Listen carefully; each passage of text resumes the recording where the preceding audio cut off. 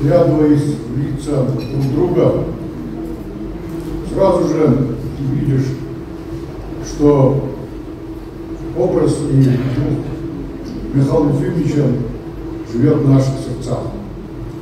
Особенно я задумываюсь над вечной такой фразой, вечная память. Вот Александр Николаевич еще сказал священная память. Что такое вечная память? Сегодня владыка сказал о том, что это память Бога. Бог все помнит.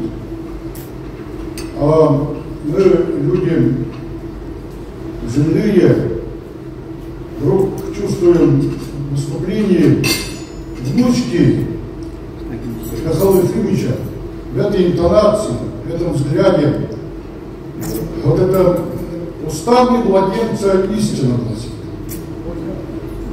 Вот я очень заволновался после ее выступления.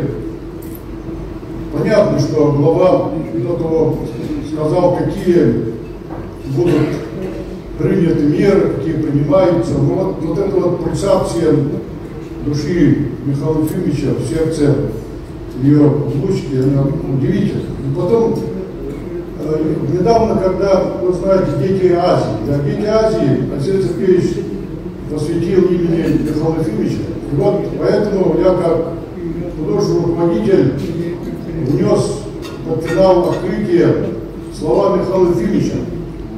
Ахалы билет Петропавлов. Бәрдерелерінің итағал ден тұғыйды. Бәрдерелеріне, бәм күстәппін, бәм күстәппін, бәм сатывын, мен сақавын ден. Вот это силой внес. Но некоторые даже как-то сопротивлялись, говорят, Михаил Ефимович сказал еще какие крылатые, мощные фразы и идеологии. Но здесь как же просто же говорят. Это же просто. Но вот эту простоту, вот эти детишки, 3000 детей, вы, наверное, видели, да? Когда я чуть позже пришел на репетицию, то я увидел, что дети стояли, смотрели на его портрет на видеоэкране и слушали его слова, держа руку вот так, на сердце. Вот что такое вечная память. И потом они стоят осознанно, не потому что кто-то сказал стать сюда, осознанно. Вот это вот Михаил Ефимович, вот его образ. Еще я вот сегодня еще раз думался, как бы вот Михаил Ефимович, когда он служил народу, республике, России, это один период его жизни. Сейчас, вот сегодня особенно ярко почувствовал, что начинается второй период его служения, продолжения.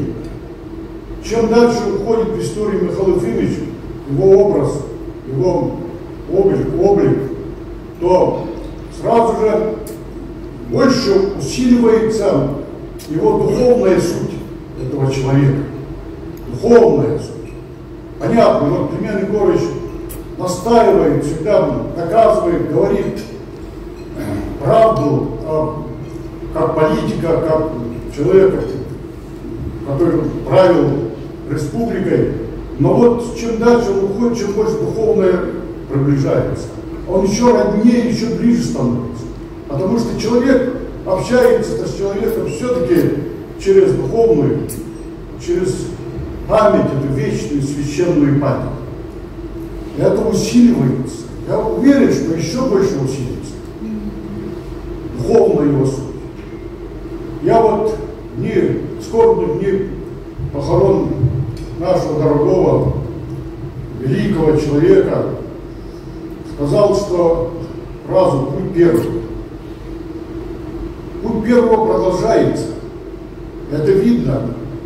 Это видно мне, так получилось, что я изначально, когда мы пришли к Михаилу Ефимовичу и сказали о том, что нам от Сахалова общества, нам нужен президент, он сказал, нет, у страны должен быть один президент. Климент Егорович, наверное, помнит. Он сказал так, поскольку был тогда еще Горбачев, потом чуть-чуть прошло время, и когда его избрали президентом, то он первое, что сказал, мне сказал: создай Академию духовности. Казалось бы, ну, стал президентом, он же должен быть там экономика, политика, там, нет, вот это. Я в этот день, солнечный день, очень светлое чувство возникает. Путь первого продолжается. И мы являемся этими продолжателями. И сегодня вот Алексей Сергеевич, вот тоже в этом видно, что он продолжает путь первого.